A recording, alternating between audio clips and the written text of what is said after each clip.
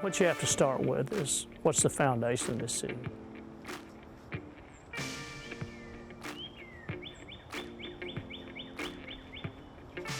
We got great trails, we got great schools, and everything. You've got the University of Arkansas. You suddenly realize after you've been here a while, it's not what you're marketing here, it's what you believe. And what's great about this city is that we believe in one another, and it's community, building community, and it's everybody helping everybody else. And I believe in an open door.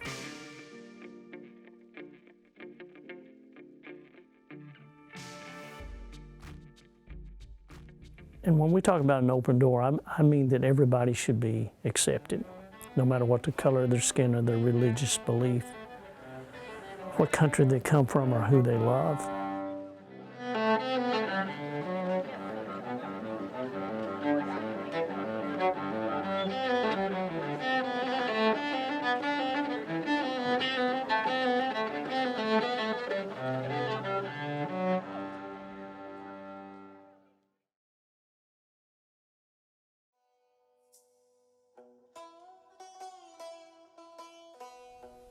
People have to realize that homeless people are citizens too, and they should be helped in the community like everybody else. If we truly believe that everybody's accepted, then we have to help homeless folks like we help everybody else.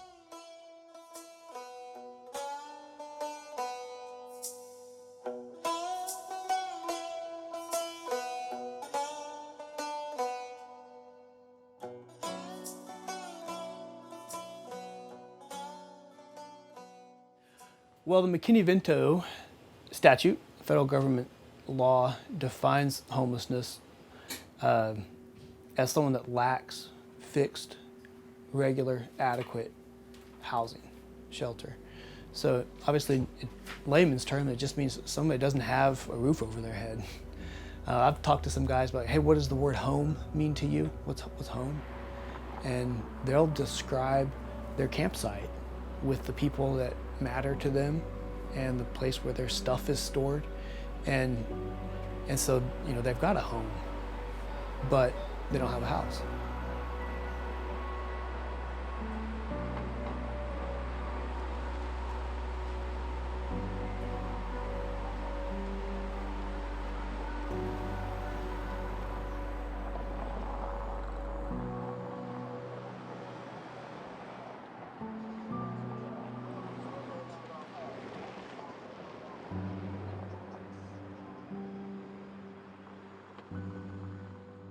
In past, if you ever thought of a homeless individual, you think of the old man sleeping in a box on the side of the road.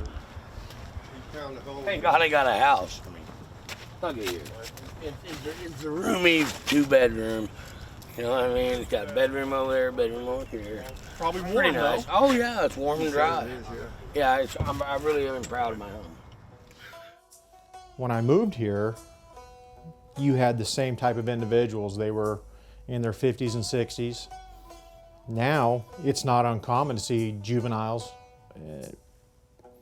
and teenagers in their 20s living in the woods. I believe there's a growth due to the fact that the information has gotten out to many individuals about the compassion that Fayetteville offers.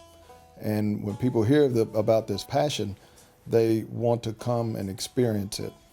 And with that, when you have our churches also providing support to those that are without homes, I think that word gets around and people would like to come here, and even if they come from within or outside the state, they find that the support is here. One time, any wooded area, a lot of the wooded areas, there was usually someone in the woods camping there, but since Fayetteville has cleaned out, they've cleared out all the underbrush, the majority live on 19th Street now, 19th and School. That is where we have a homeless camp in the wooded area out there, and it's also near Seven Hills Day Center. And of course, this is all university property. Possibly driving a silver Honda Accord, Arkansas. And this is the part that's kind of concerning when you see children's toys out here. You know, we've had kids out here before, but this just makes me wonder if we got some more kids out here that we'll have to speak with.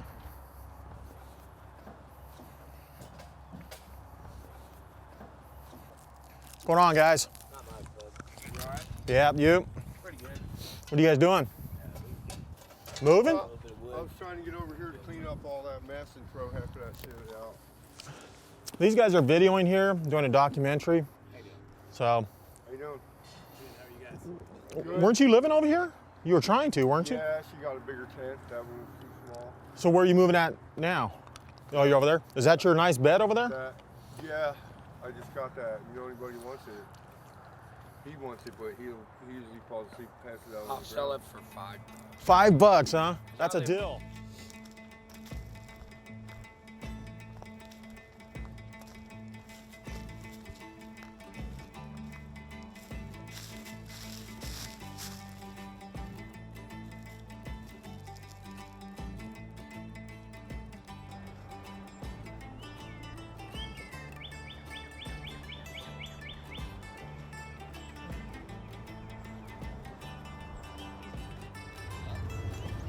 This is Kim Blanchette. I'm Shane. Hi. Nice to meet you. Nice to meet you. We've known Kim for a while. She's helped us with some investigations out here, and I don't know how long you been out here.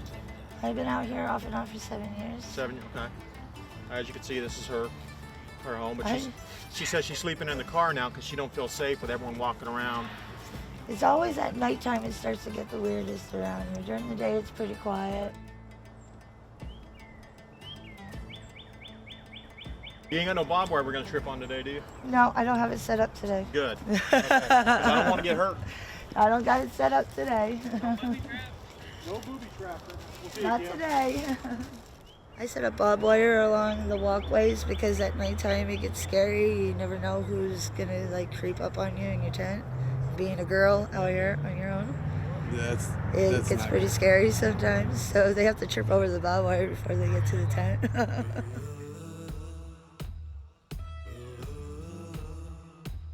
I like to come out and talk to them and get to know them. Sometimes they want to talk, sometimes they don't. But yeah, you want to come out and let them know that you're not out here doing force on them, and you know, we do want to help them.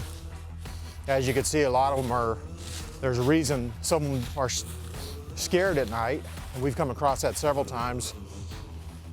Individuals who are on methamphetamine, they just walk around the woods at night and stealing things. And even amongst the homeless, they're scared. From the elderly all the way down to children. I mean, you have narcotic users, mental illness, alcohol abuse.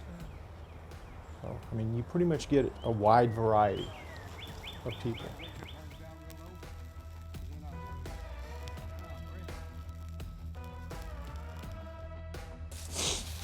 It was a couple. Erica is actually Eric. He's transgender. He's going through the process at this time. And they moved out here. They had some family issues. Family wouldn't accept them, so they moved out here. Anybody home? Erica.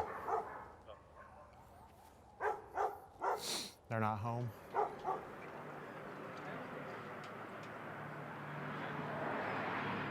At the very beginning, we were homeless behind Lowe's on Martin Luther King, MLK.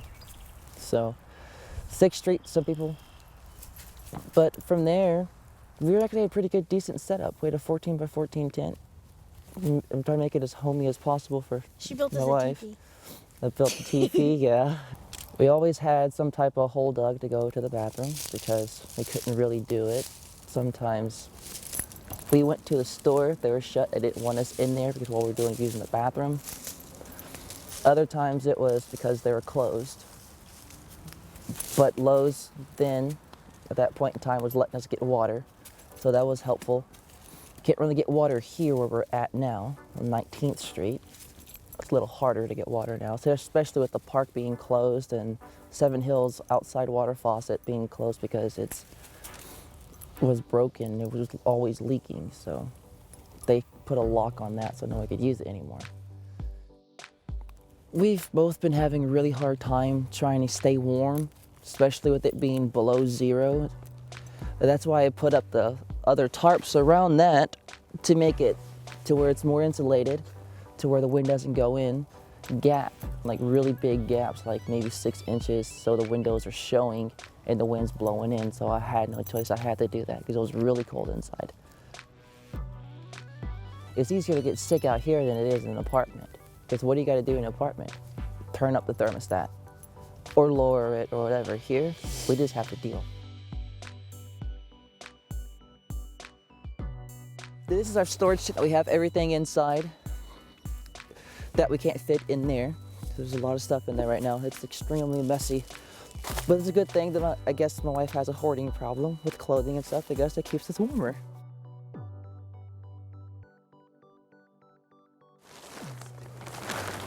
It's a shower tent.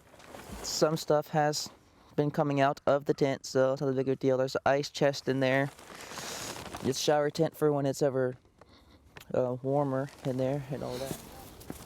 Some more bottles that came out. I usually try to put some of them, the newer ones, right there.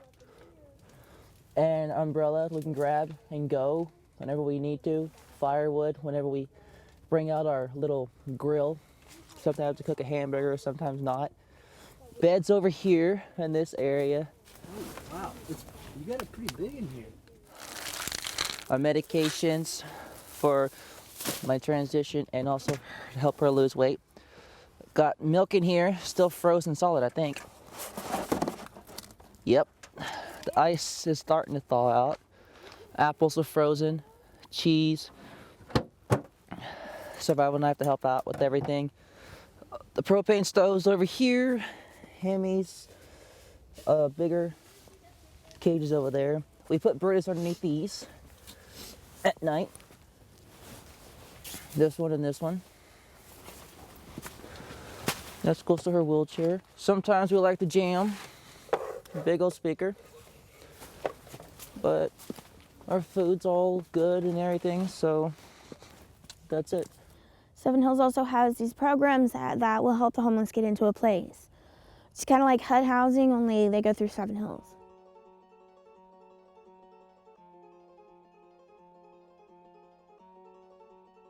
They have clothing room, which is open from certain times. They have the pantry, which they give you food. It varies on whether you're housed or you're camping. They also have supplemental bags and then camper's bags. And then there's housed food. What's the difference between a supplemental bag and a camper's bag? A supplemental bag, it's only enough to sustain you until you get your actual bag. They don't put very much in it. It's actually mostly junk food because that's what people donate. Donuts, cakes, candy, stuff like that. It's kind of bad, but they do have the healthy stuff, milk, eggs. They have a lot of bread that actually goes bad really fast. They have vitamins, Dayquil and stuff in the medicine cabinet in the front desk office. And then they have, we have snack every day at 2. And then lunch on Friday at 11:30, which is actually really good for us because if we can manage it and be able to get up early enough, we can actually eat lunch that day. Well, we serve about 100 to 110 people at the day center every day. And it's about 500 people every month, unique visitors. And well, I'm in and out all day long. So yeah, I probably see a good half of those 100 people every day at the day center.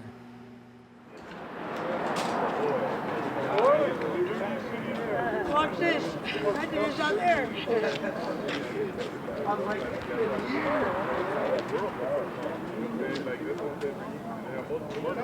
Yeah.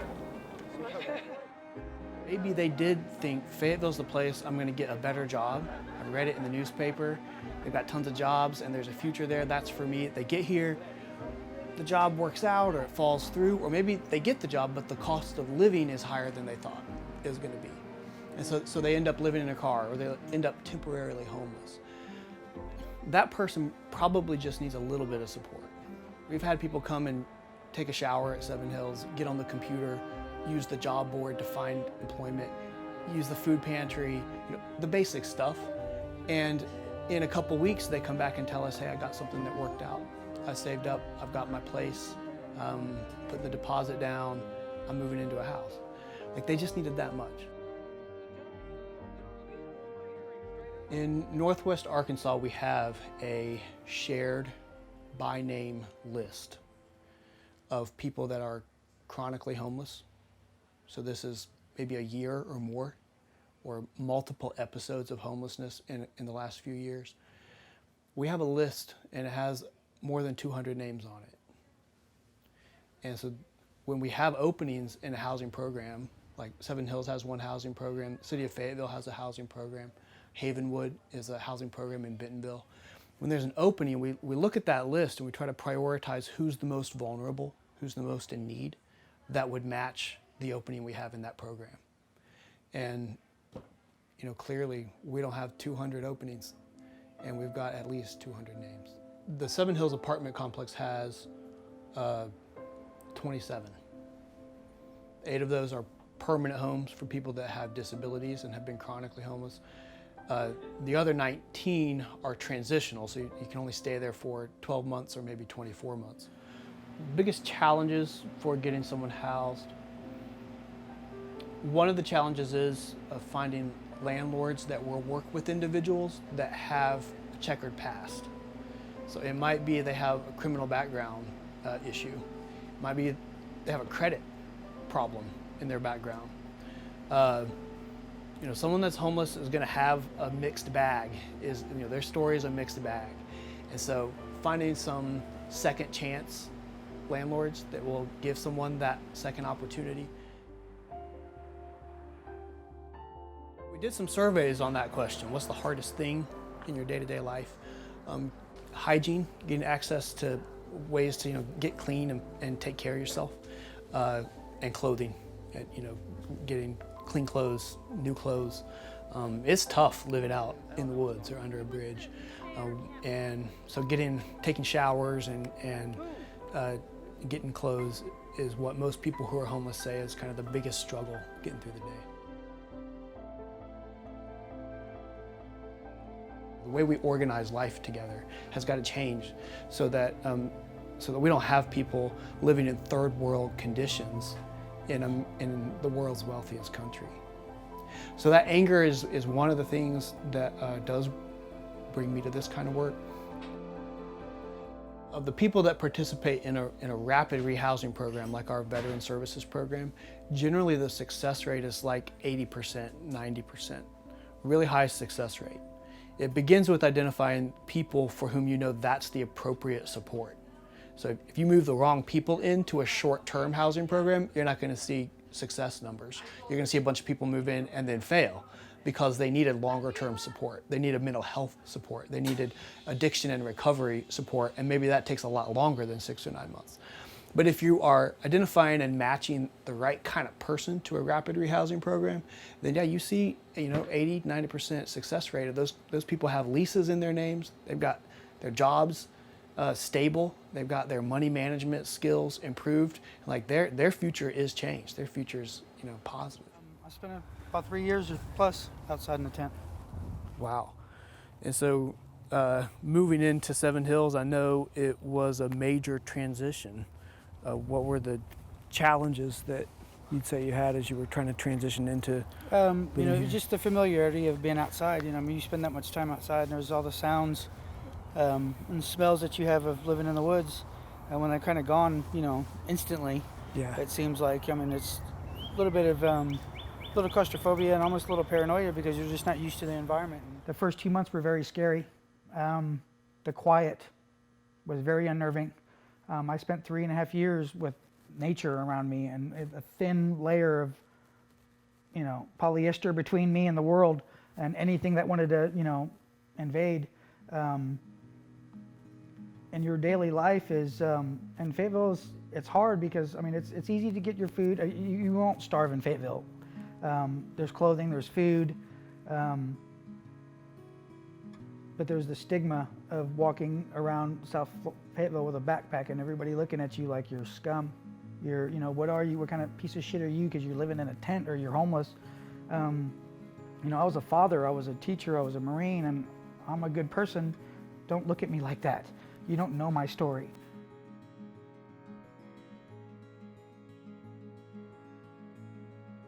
To this day, I'm not on my feet. Yes, I'm clean. Yes, I have, some income. I have a roof over my head, but I'm not functioning. I'm not fully functioning the way I can be. And a lot of that is my mental health is not up to par to the point where I can feel comfortable enough with taking that step and putting all this behind me.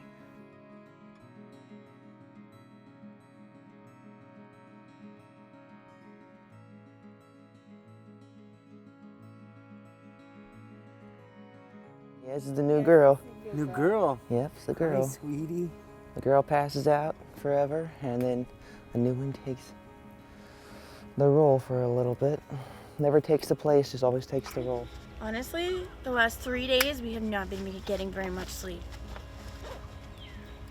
How can you exactly when you get an apartment being homeless for almost a whole, no, it was a whole year, holy crap. Over a year and a half. We left around in April, no, March, so it was before April. Yeah, a whole entire year, this time around. We've never actually been homeless this long at one time, usually off and on.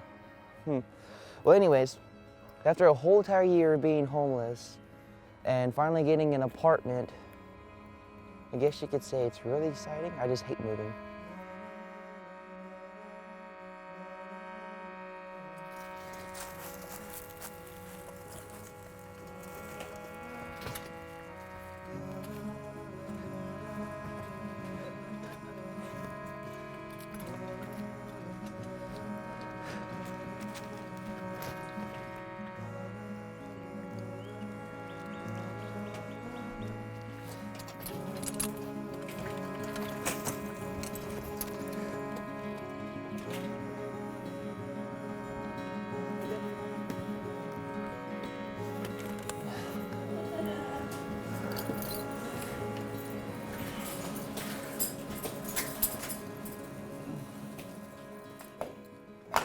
Tell me where we're at.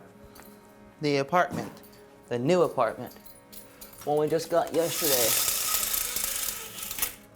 Chestnut 2, $400, even, for 540 square feet.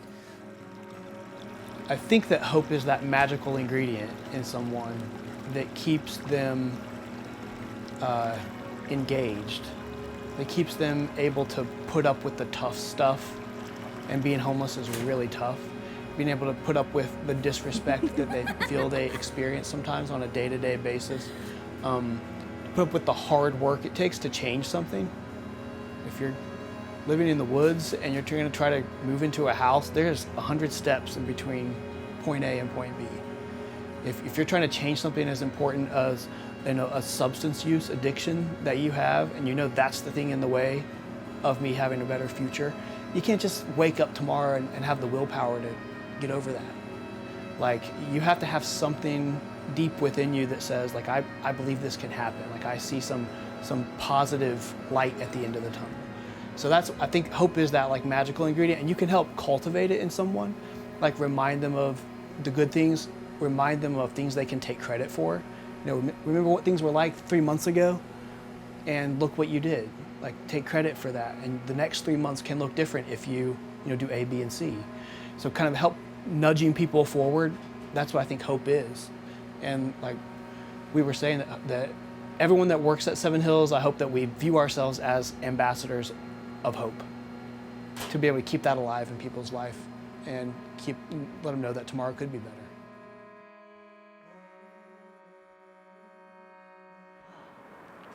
I love you, crazy. I really do.